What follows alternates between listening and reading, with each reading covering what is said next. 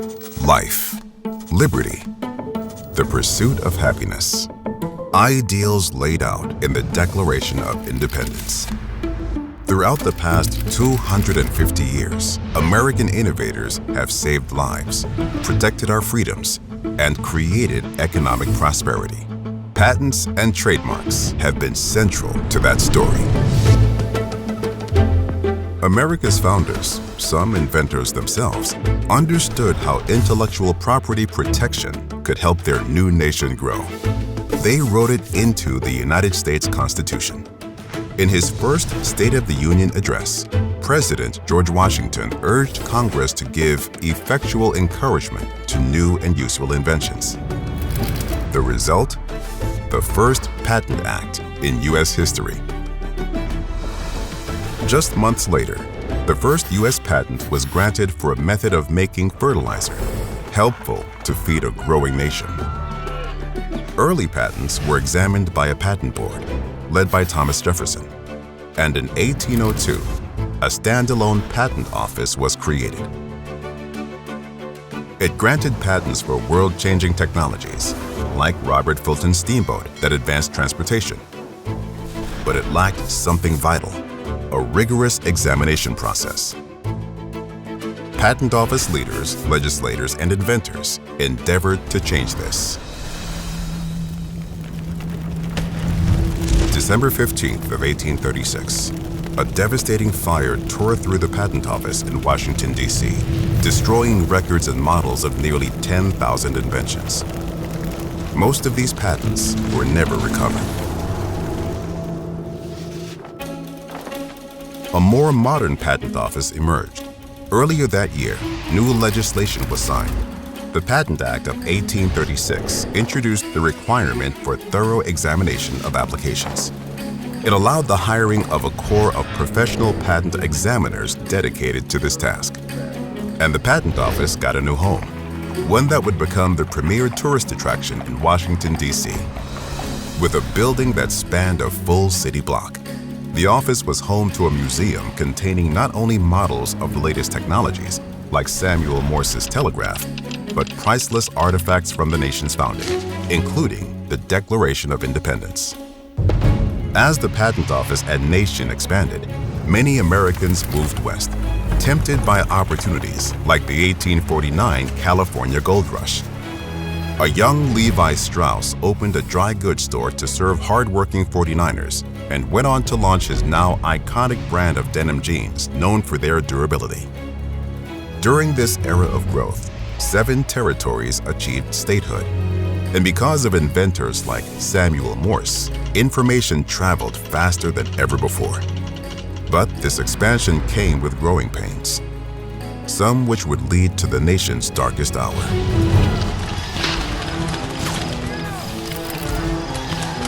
In 1861, 2 people began their work to pull the nation from that darkness.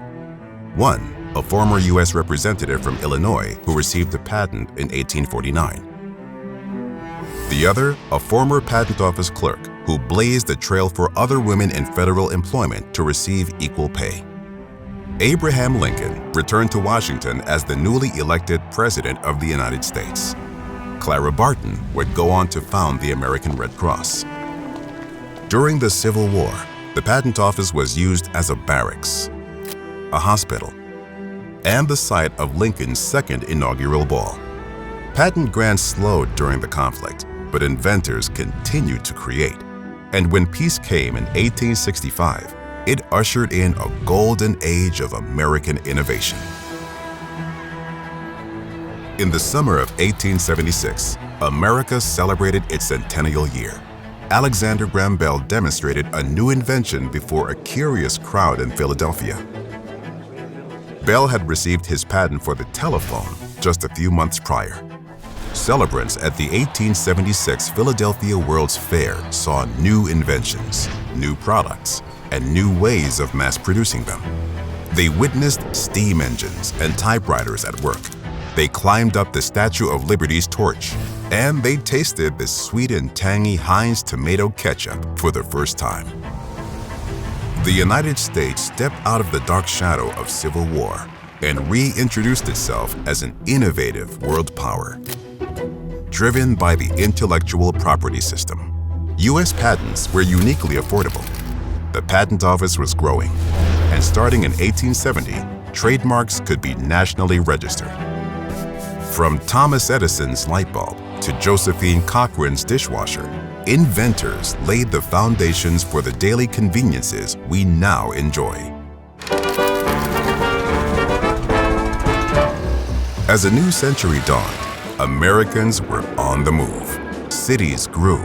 Early automobiles rolled off production lines, and in 1903, Orville and Wilbur Wright took to the skies in a 12-second flight that changed travel forever. When the first Patent Act was signed in 1790, the U.S. population was nearly 4 million. By 1920, it surpassed 100 million. Inventors like Garrett Morgan helped control the chaos that came with growing cities and the rapid adoption of automobiles. His traffic signal with a caution indicator made roads shared by vehicles, horse-drawn carriages, and pedestrians safer. The Patent Office was also growing. With more than 600 examiners, 50 million copies of patent files, and 115,000 patent models, the agency had outgrown its office. 1932 marked another move, this time to the expansive Department of Commerce building in Washington, D.C. The Great Depression and World War II marked a period of challenge for Americans. But with challenge came opportunity. In 1930, Congress passed the Plant Patent Act, creating a pathway for struggling farmers and horticulturalists to protect their unique crops. Innovators contributed to the war effort from the beginning. Andrew Higgins patented an amphibious landing craft that was used during the D-Day landing. American actress and inventor Hedy Lamar's frequency hopping system provided the foundation of modern wireless technologies. And the now iconic Jeep brand has its roots as a general-purpose vehicle for the U.S. Army. After the war came an era of rapid economic growth, and in 1946, trademark protection was strengthened in the United States, ushering in an era of major national and global brands.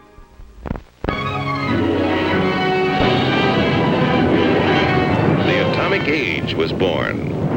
For the next 3 decades, economic prosperity, Cold War tensions, and the beginnings of the space race all contributed to rapid scientific and technological advancement. A baby boom in the growing middle class sparked new products that improved the quality of life. In the 1950s, Earl Tupper began selling his patented plastic containers at Tupperware parties. The modern refrigerator, wrinkle-free cotton, and disposable diapers all benefited American families. Medical advancements saw the first cardiac pacemaker, the synthesis of penicillin, and self-testing for diabetes. In 1975, the Patent Office became the Patent and Trademark Office, more than a century after the first federal trademark was registered. As America approached a new millennium, commercial markets were more globalized than ever before. Patent and trademark filings increased exponentially, and the agency once again moved to a new, even bigger home. Typewriters were replaced by word processors, soon replaced by computers. The internet transformed how we communicate and receive information. Thanks to inventors like Vint Cerf and Marion Croak, we now do business by email, stream videos, and speak instantaneously to friends and family around the world. The United States Patent and Trademark Office continues to be a place where the past and future meet. From the telephone to the airplane and the birth of beloved American brands, to today's emerging technologies and artificial intelligence, patent and trademark records reveal what was important to Americans and what problems they were working to solve. Most inventions were not immediately life-changing, but incremental improvements over time. The same is true for the patent and trademark system itself, which we continue to improve upon. So much of what we now use, interact with, or take for granted was once a new and novel invention. What will come next?